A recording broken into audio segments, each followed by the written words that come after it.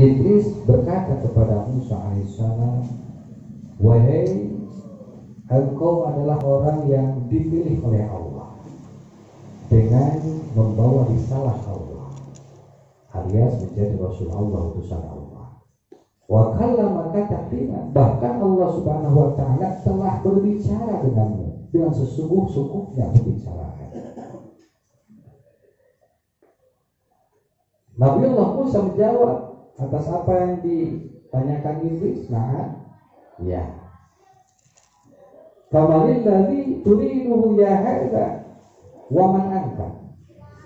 Sesungguhnya apa yang kau inginkan dan sesungguhnya kau ini siapa? Berkata Iblis, faqala Iblis, ya Musa, qul li rabbika khalqun min khalqika qad sa'alaka taubah.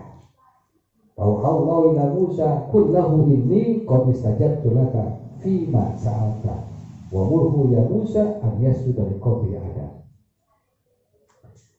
Musa, tolong kamu sampaikan kepada Tuhanmu, ada salah satu makhluk daripada ciptaanmu yang telah memohon kepadamu untuk diterima tobat. Cerita ini adalah Iblis laknatullah alaih ingin bertobat kepada Allah Subhanahu wa taala. Tetapi Iblis malu terhadap Allah. Kalau meminta tobat dan juga bermohon diterima tobatnya langsung kepada Allah Subhanahu wa taala. Iblis tahu bahwa ada seorang utusan Allah yang bernama Musa alaihi salam itu pernah berbicara dengan Allah Subhanahu wa taala. Maka Iblis merayu kepada Nabi Musa, wahai Musa, tolong dong sampaikan kepada Tuhanmu. Padahal Iblis tahu Allah Subhanahu wa taala. Ya. Iblis tahu terhadap Allah, bahkan kalau dibandingkan kema'rifatannya dengan kita, jauh lebih ma'rifat Iblis kepada Allah kepada kita.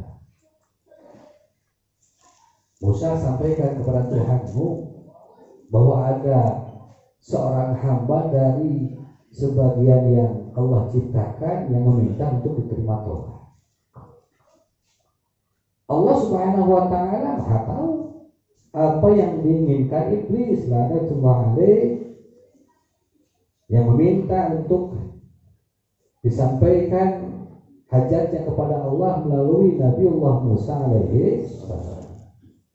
Allah langsung merespon keinginan Iblis kepada Nabi Musa alaihissalam dengan mewahyukan kepada Nabi Musa, qul lahu inni qad istajabtu laka fima sa'alta. Katakan Musa, aku bisa menerimanya. Aku Allah bisa menerimanya atas apa yang dimintakannya. Ya, ini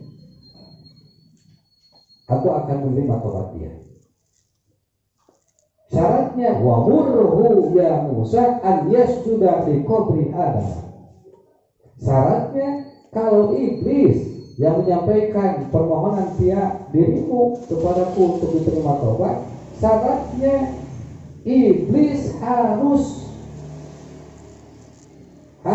bisa bersujud.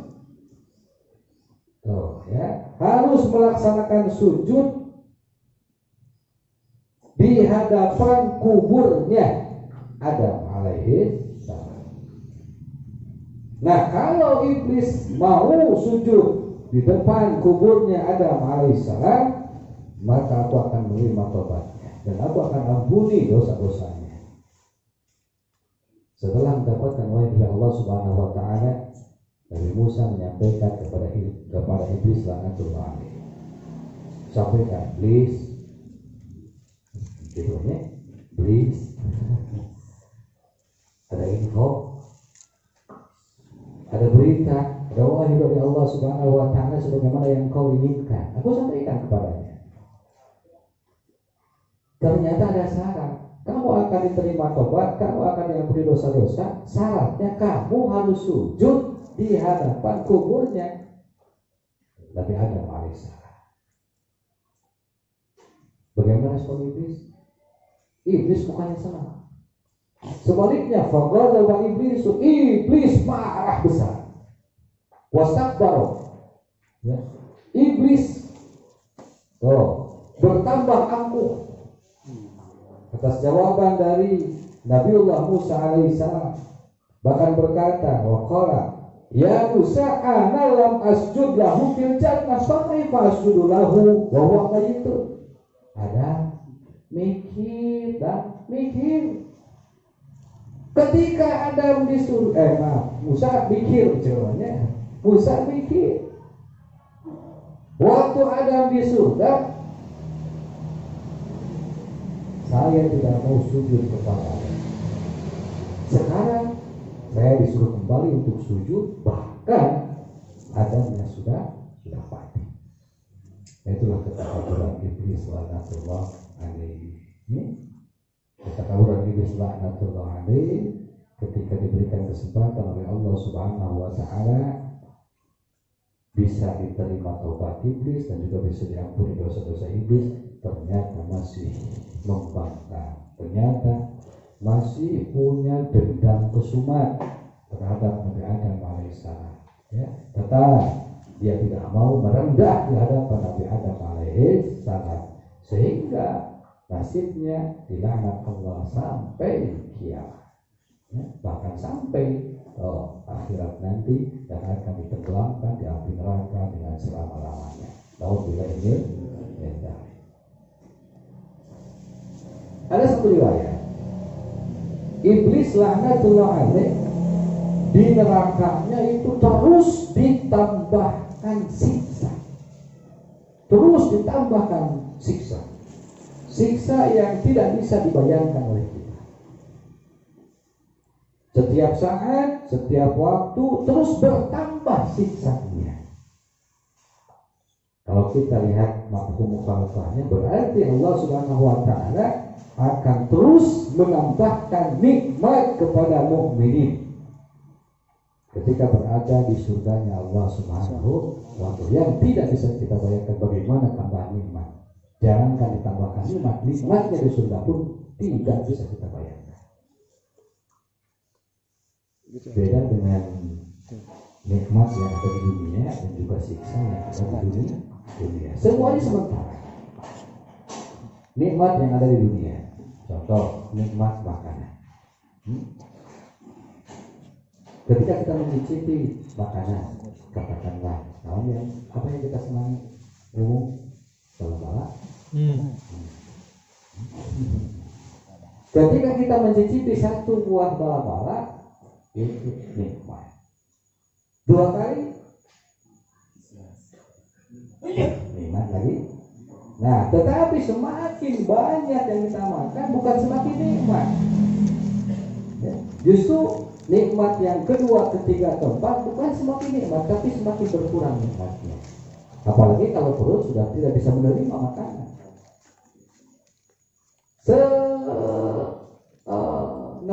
Ngefans terhadap bala-bala, kalau perut sudah kenyang disebutkan bala-bala tidak akan dimakan. Karena kalau dicoba untuk dimakan tidak akan nikmat, bahkan mungkin mual, moralnya mual. Ya, dipancing, dipancing. Satu saja kita coba makan bala-bala. Bukan masuk bala-bala itu, tetapi makanan yang di dalam perut kan keluar. Sebelumnya kita makan bakso, warak kenyang, didekatkan ke bala-bala, maka bakso akan mengikuti bala-bala keluar. Seperti itu. Itulah nikmat yang ada di dunia. Apa nikmat di dunia yang terus bertambah nikmatnya? Tidak ada. Kalau diukur dari sisi fisik, sisi materi tidak ada. Kecuali nikmat yang bisa dirasakan oleh hati, dan itu akan selalu bertambah. Ya. Untuk pengantin baru katanya nikmat yang jadi nikmat itu adalah hubungan suami istri. Sekali nikmat. Apa 2 kali lebih nikmat? Mungkin. 3 kali? Ribu.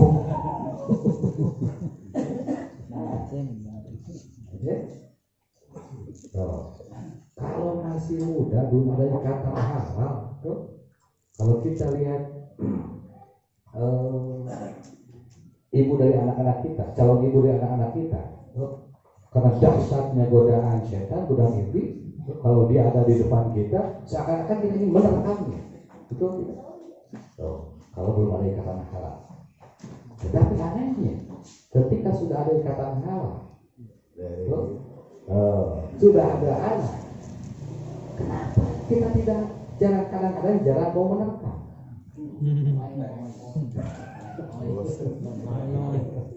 Monoy. Gitu. Karena apa? Karena itu wataknya kehidupan dunia itu akan cepat bosan. Kalau terhadap sesuatu yang memang sudah kita alami kenikmatannya, semakin lama semakin bosan. Itu bagaimana supaya tidak monoy lagi? Ya, sekarang turun kali itu namu aja.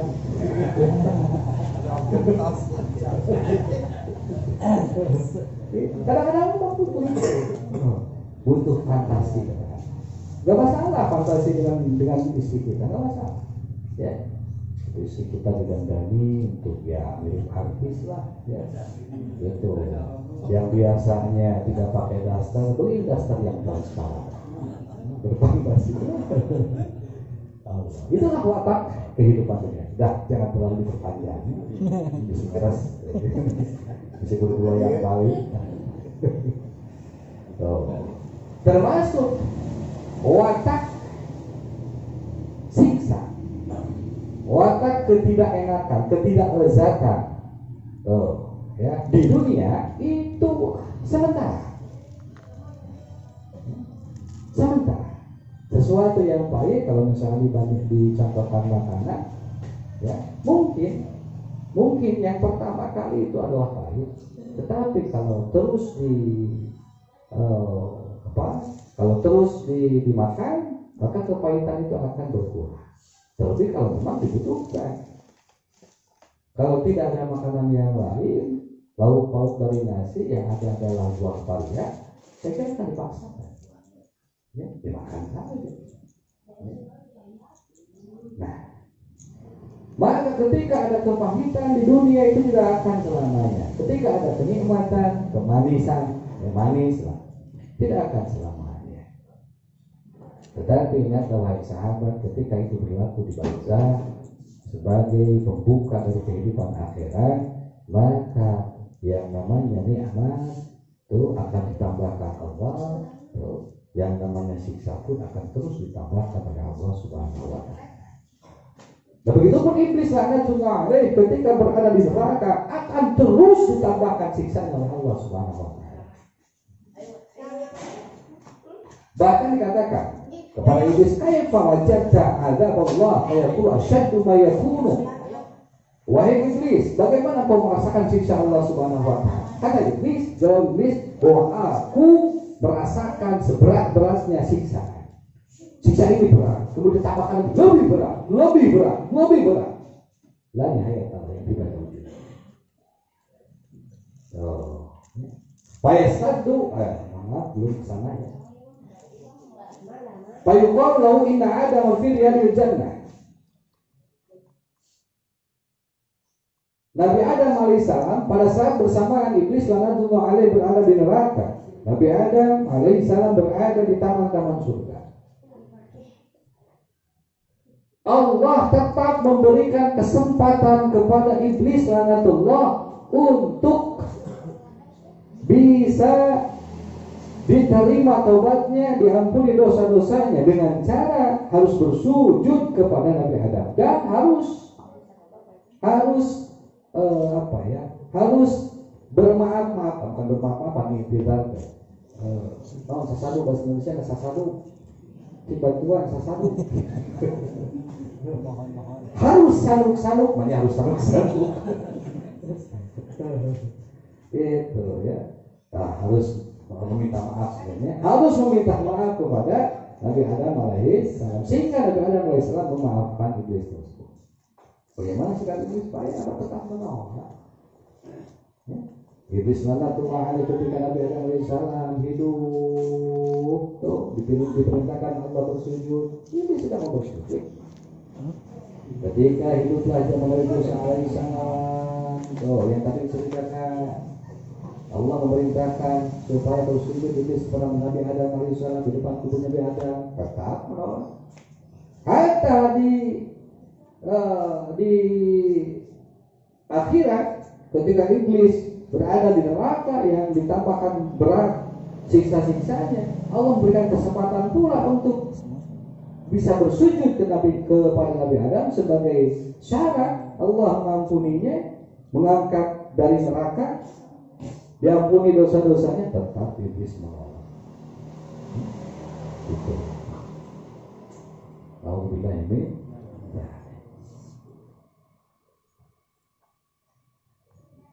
Bahkan diceritakan iblis laknatullah alaih itu akan terus ditambahkan siksa oleh Allah Subhanahu wa taala dengan seukuran siksa ahli neraka 70.000 kali lipat. Ketika ada ahli neraka itu disiksa, katakanlah kalau di atas 1, levelnya level 1, maka iblis laknatullah alaih disiksa di neraka levelnya 70.000 levelnya. 1 dibandingkan 70. Yang neraka biasa 1 levelnya. Gitu. Ya, iblis laknatullah alaih disiksa di neraka levelnya 70.000. Nah, yang levelan di neladahnya. Pedasnya sebelah ada yang level 1 dan juga ada yang level 10, 12. Bandingkan. Ya. Orang yang terbiasa makan pedasnya level 1 dikasih level lebih dari level 1 tuh, baru saja digigit tuh langsung Pak, langsung mulutnya bernanah, mata merah, keringat mengucur, ya, dan tentunya bujur pun akan menempel. Itulah iblis laknatullah yang dihinakan oleh Allah Subhanahu wa taala.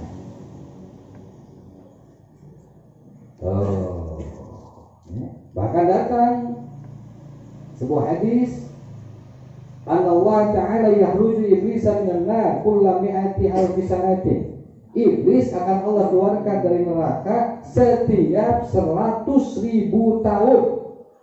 Begitupun Allah akan mengeluarkan wa yakhruju Adama wa ya'muruhu bisujud wa ya'muru bisujudillah. Satu sisi Allah mengeluarkan iblis laknatullah alaih setiap 100.000 tahun, sisi yang lain Allah Subhanahu wa taala mengeluarkan Nabi Adam alaihissalam, dihadapkan mereka berdua. Iblis semua dihadapkan, ini ada. Ya, iblis, kamu mau aku ampuni dosamu? Akan diterima tobatmu? Silakan sujud kembali kepada Adam. Bagaimana? Payah, tetap nolak iblis. Setelah ada penolakan dari iblis, summa yarudduhu ila nar, maka Allah mengembalikan iblis tersebut kepada neraka. Setiap 100.000 tahun Allah hadapkan mereka berdua. Iblis Nabi Adam alaihissalam. Maka iblis tetap menolak. Alhamdulillah ini. Baik sahabat rahimahullah, hikmahnya bagi kita semua adalah yang pertama, kita harus selalu meyakini bahwa apapun yang ada di kehidupan kita saat ini dan kehidupan lain itu adalah sudah ditetapkannya di Lauhul Mahfuz, sudah berada di dalam ketetapan. Bagi orang yang beriman, mudah-mudahan kita termasuk salah satunya, kita harus mengambil pelajaran dari sosok iblis dan Nabi Adam alaihissalam. Iblis diciptakan oleh Allah Subhanahu wa taala dari lidah api, kemudian Allah berikan kedudukan yang tinggi, bahkan nanti kita akan mendapatkan keterangannya, menjadi salah satu raisul malaikat, menjadi pemimpinnya, instrukturnya para malaikat. Tetapi dengan pembangkangannya terhadap Allah Subhanahu wa taala, Allah menghinakannya ke derajat yang serendah-rendahnya. Di sisi yang lain, Nabi Adam alaihissalam dibuat oleh Allah hanya dibuat dari tanah, sebagian lain saripati tanah. Kemudian Allah hidupkan, dasarnya bahannya mungkin rendah, tetapi Nabi Adam alaihissalam sangat taat kepada Allah Subhanahu wa taala dengan ilmu-ilmu yang Allah berikan, menjadikannya lebih taat bukan lebih maksiat. Maka yang asalnya dalam kedudukan rendah dalam sisi materi, tetapi menjadi tinggi kedudukannya di sisi Allah Subhanahu wa Ta'ala. Ini mau kita. Ketika Allah tinggikan derajat kita, waspadalah. Sangat mudah bagi Allah merendahkan derajat kita, seperti Allah mudah mengangkat derajat kita. Itu hikmah. Sekali lagi, Allah sangat mudah mengangkat derajat kita, dan juga Allah Ta'ala sangat mudah merendahkan derajat kita. Jangan lupakan bahwa segala sesuatu ini adalah pemberian Allah. Ketika Allah memuji kita, karena adanya keimanan kita kepada Allah, hati-hati, Allah akan uji keimanan kita. Maka mungkin saja kalau kita tidak waspada, tidak bersyukur bahwa keimanan inilah pemberian Allah, maka iman kita akan dicabut olehnya. Allah berikan kita rezeki, harta, keluarga, kedudukan, maka iman. Ketika dengan adanya sebab harta, dengan adanya sebab keluarga, dengan adanya sebab kedudukan, kita dipuji orang, kita dipandang orang, kita diagungkan orang, hati-hati. Waspadalah, karena sesungguhnya Allah Subhanahu wa Ta'ala pernah memuji kita.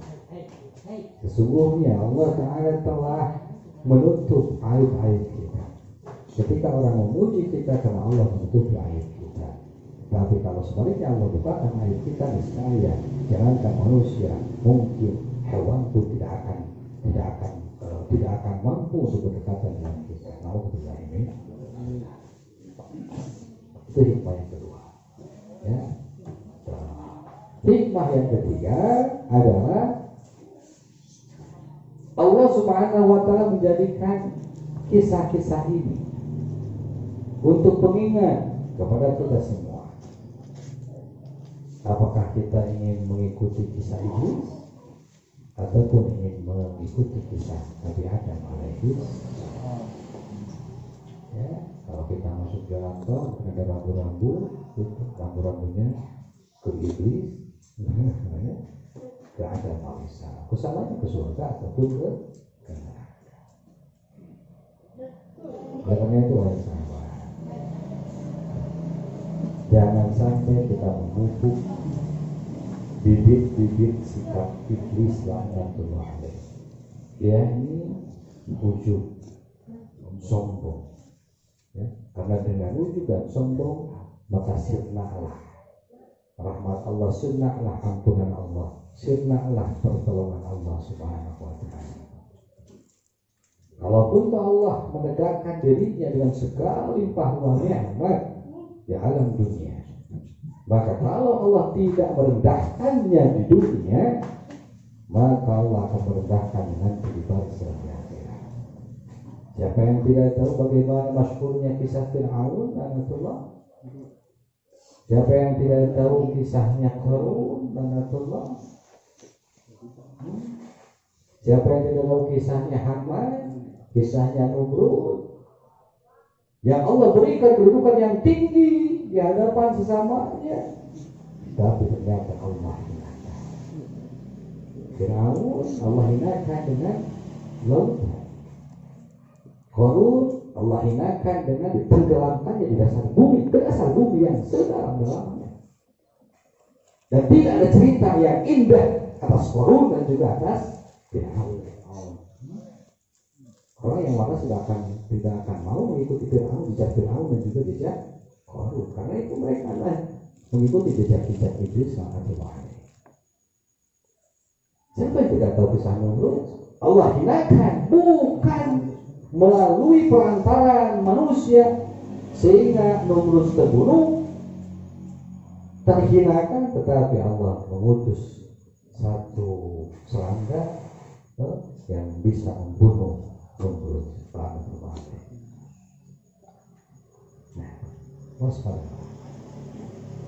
Wahai sahabat rahimakumullah, ikhwani, hei dulur kuring, in aradtu lamun ngarepkeun aranjeun an-najata kana hasil selamat min iblisa bi iblis fa'tasimu maka kudunya kalau panggil aranjeun bil maula ka Gusti Allah wasta'idhu jeung kudu nyuhunkeun perlindungan aranjeun bihi ka Gusti Allah. Wa idza kana jeung di mana kabuktian yaumul kiamati poenan kiamah yudohu disimpan naon kursiun hiji kursi minan nari tina seuneu neraka payung adu maka diliukeun alaihi kana itu kursi sa iblis alaihi la'na iblis alaihi la'na fatajma'u maka narima kumpul sa syayatin pirang-pirang syaitan wal kufar jeung pirang-pirang kafir indahu bisa gadeungan iblis lanatullah alaih walau jeung eta tetep kaboga iblis sautun ari sorak kasautil himari seperti sorak himar seperti sorak keledai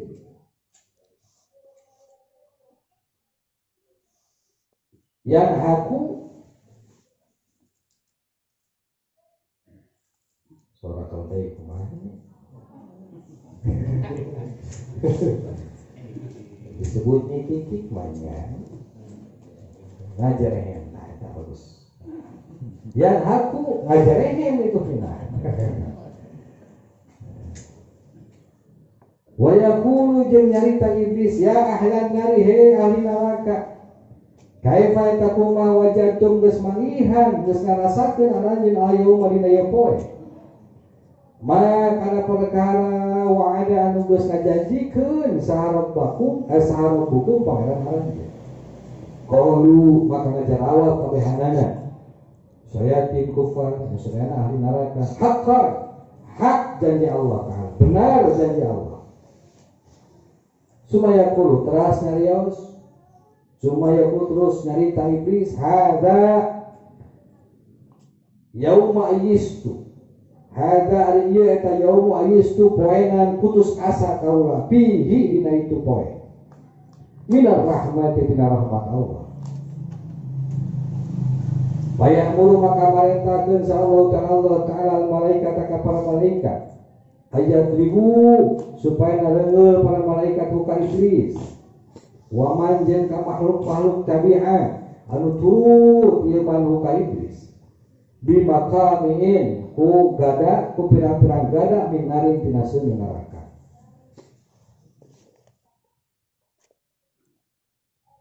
payahuna maka ngagebrus ahli neraka termasuk iblis piha di neraka arba'ina kalawan 40 naunana sanatan tauna pala yasma'una maka teu ngadarenge maranehana al amro kana hiji piwarangan parentah ti Allah bil khuruji kana kaluar abadal abadi kalawan sapa panjangna naudzubillahi min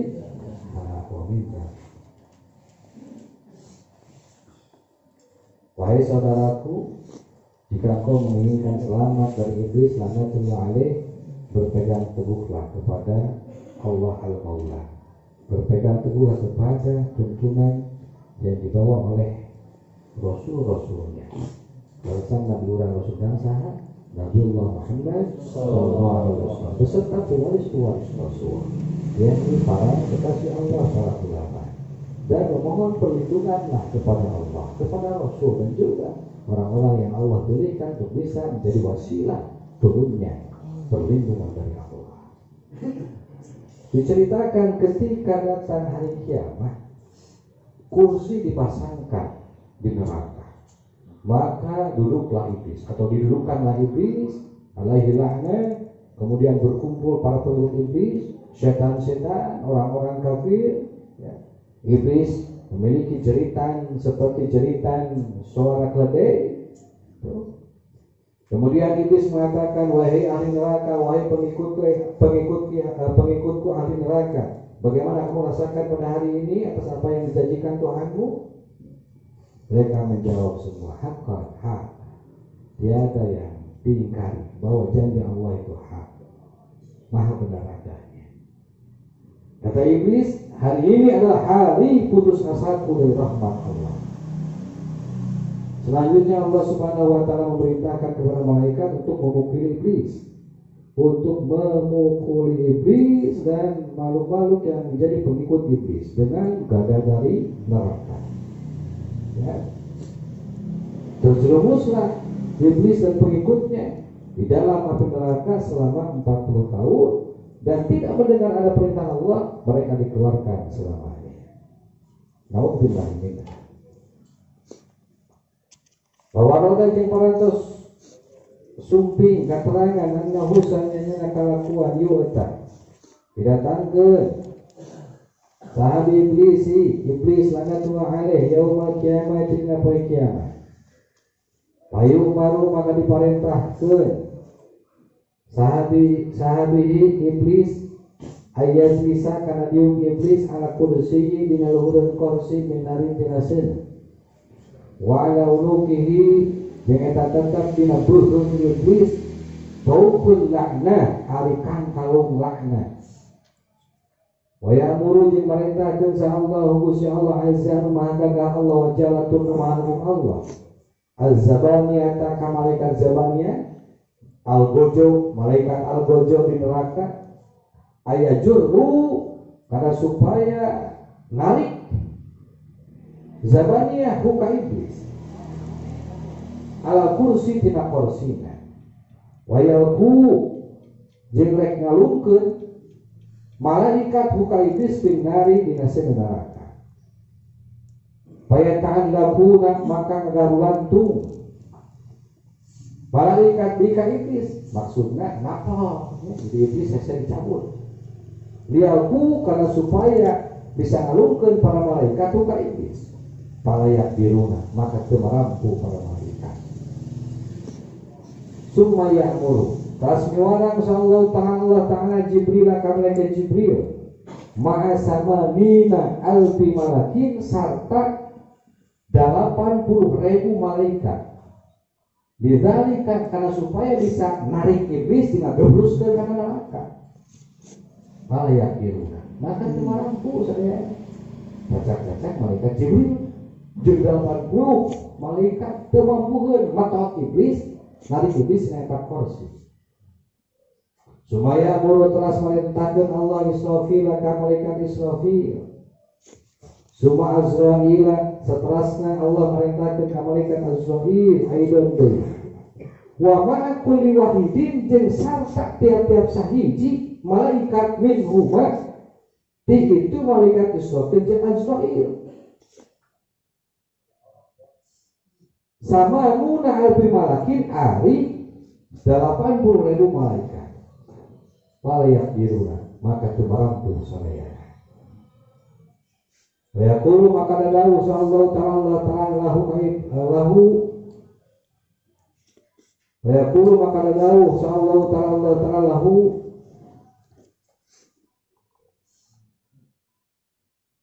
kaitu iblis lau istama lamun nerima kumpul alaihi kaitu iblis naon ad'afuma pirang-pirang tingkatanana perkara kholak doang geus ngadamel kaula Allah minal malaikat di malaikat lamma qadaru tantu moal marampu itu sadayana ala ayyan kiru karena supaya ngalungkeun sadayana hukum iblis wa taukul la'nati bari arikan kalung laknat eta ala luki aya keneh dina budakna dina beuheungna iblis laknatullah. Aya hiji ada satu cerita, ada satu hikayat. Di hari kiamat iblis didatangkan. Kemudian diperintahkan untuk duduk di atas kursi dari neraka. Di lehernya iblis Tuh, digantungi kalung laknat. Taukul laknat. Digantungi kalung laknat.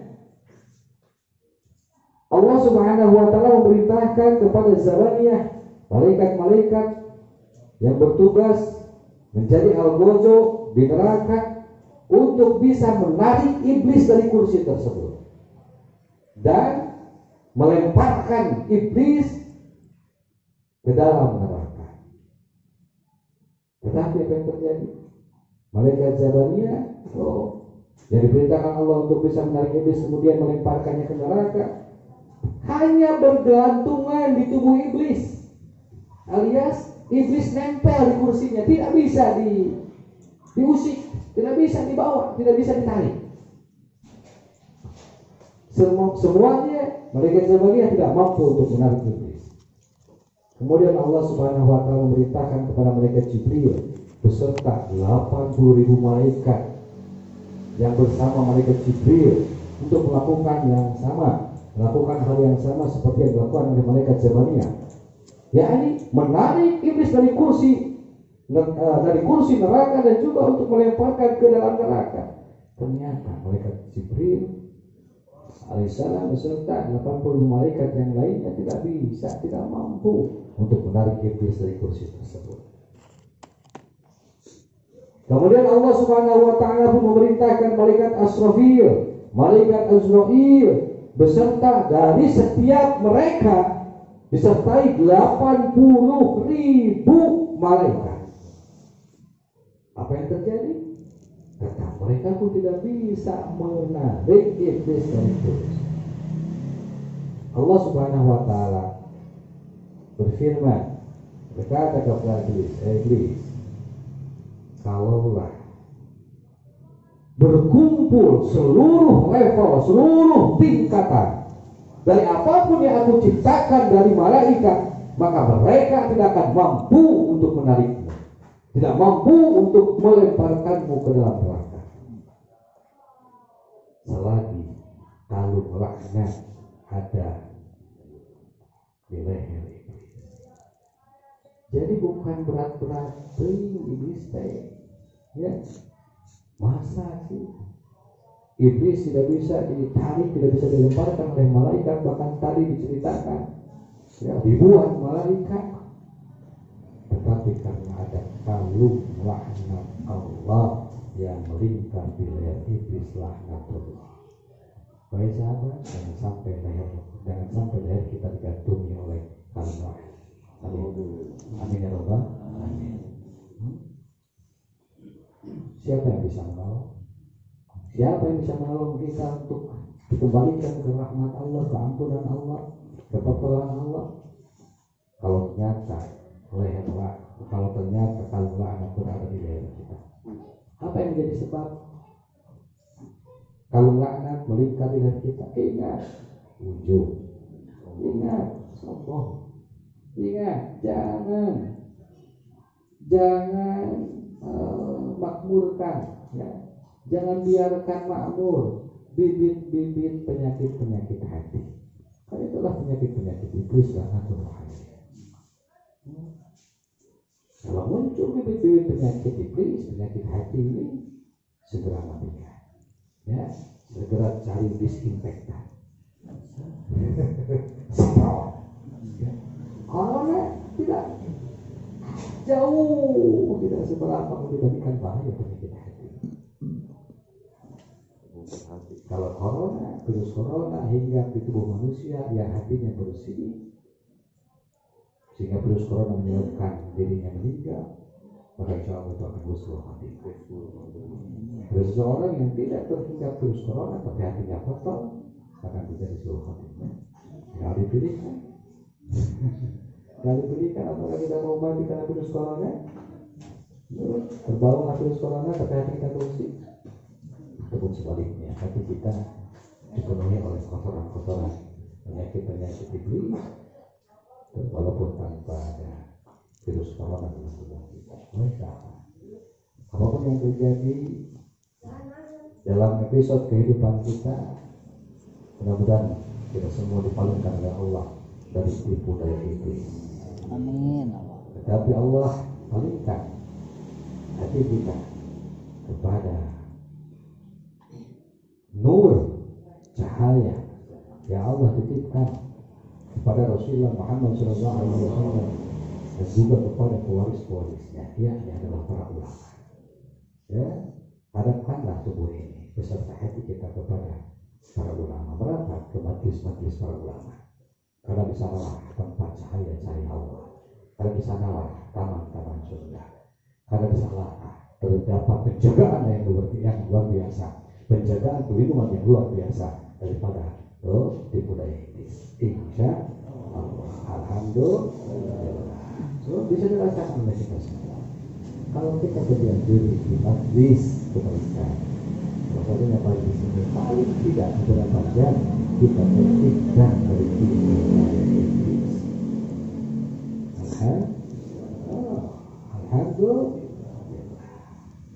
Kalau kita berjalan sendiri tanpa menyertai orang-orang yang kuat dalam penjagaan, orang-orang yang kuat dalam perlindungan Allah, maka niscaya kita akan terjerumus. Kalau kita berjalan sendiri, ada ABG seksi yang memakai pakaian seronok, kemudian melambaikan tangan, kafir. Akankah kita menghampirinya? Mungkin rentan. Tetapi kalau kita berjalan bersama dengan ustaz, kiai, gitu ya, ada perempuan yang tadi berpakaian seronok, kemudian melambaikan tangan, maka kita akan menjadi langsung kembalikan mata, kembalikan wajah, melihat sang kiai, sang ustaz. Komentar? Tuh, kalau berbilahi sekali. Allah. Ya, paling tidak hati-hati. Ya, bahkan sebagai sahabat, kami pernah menerima nasihat-nasihat dari teman-teman kami, guru-guru kami juga. Paling tidak pasangkan segala sesuatu yang bisa menjadi alat bantu perlindungan Allah, alat bantu kekuatan keimanan. Jadi bukan apa-apa kita pakai gamis, pakai sorban, pakai peci, ya. Itu adalah alat bantu kita.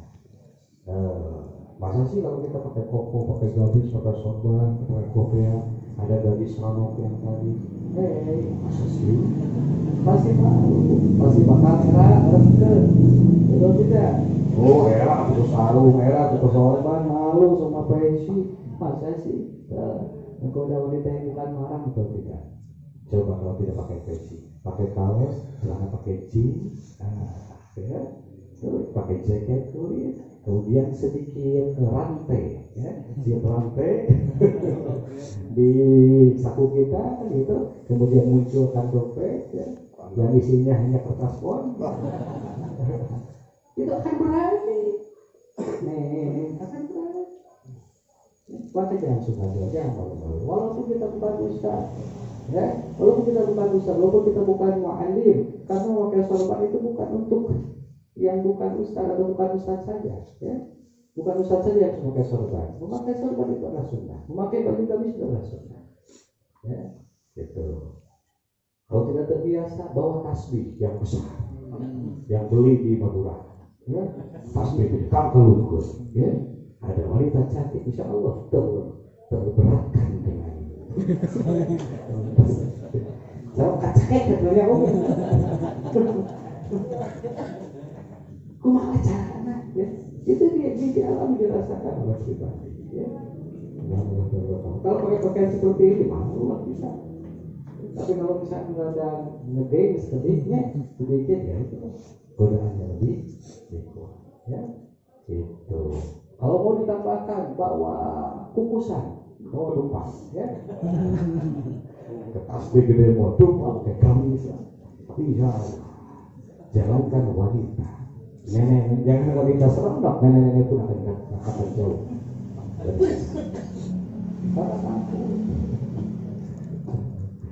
Allah, berbahagialah bagi teman-teman yang ditakuti oleh wanita.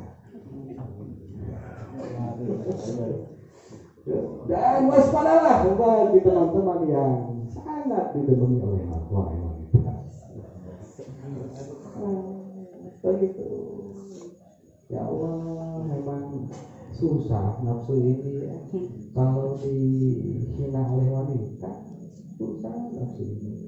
Kalau tidak disukai oleh wanita, berarti Allah masih nafsu ini sebenarnya itu ketika disukai wanita, ketika ditanya oleh wanita, itu ya. Allah Subhanahu wa Ta'ala insya Allah akan terus memimpin kita dan memberikan hidayah taufik kepada kita selama kita berada dalam penciptaan yang ketat. Ya, amin ya Rabbal. Itulah yang bisa disampaikan, semoga bermanfaat khususnya untuk pribadi dan kita semuanya. Alhamdulillah, alhamdulillah. Nah, orang teraskan, masuk aurat biasa ya. Orang kualitas istighfar. Astagfirullahaladzim. Astagfirullahaladzim. Astagfirullahaladzim. La ilaha illa huwal qayyum wa atubu ilaih. Asyhadu an la وأشهد أن محمدا رسول الله اللهم صل على سيدنا محمد وعلى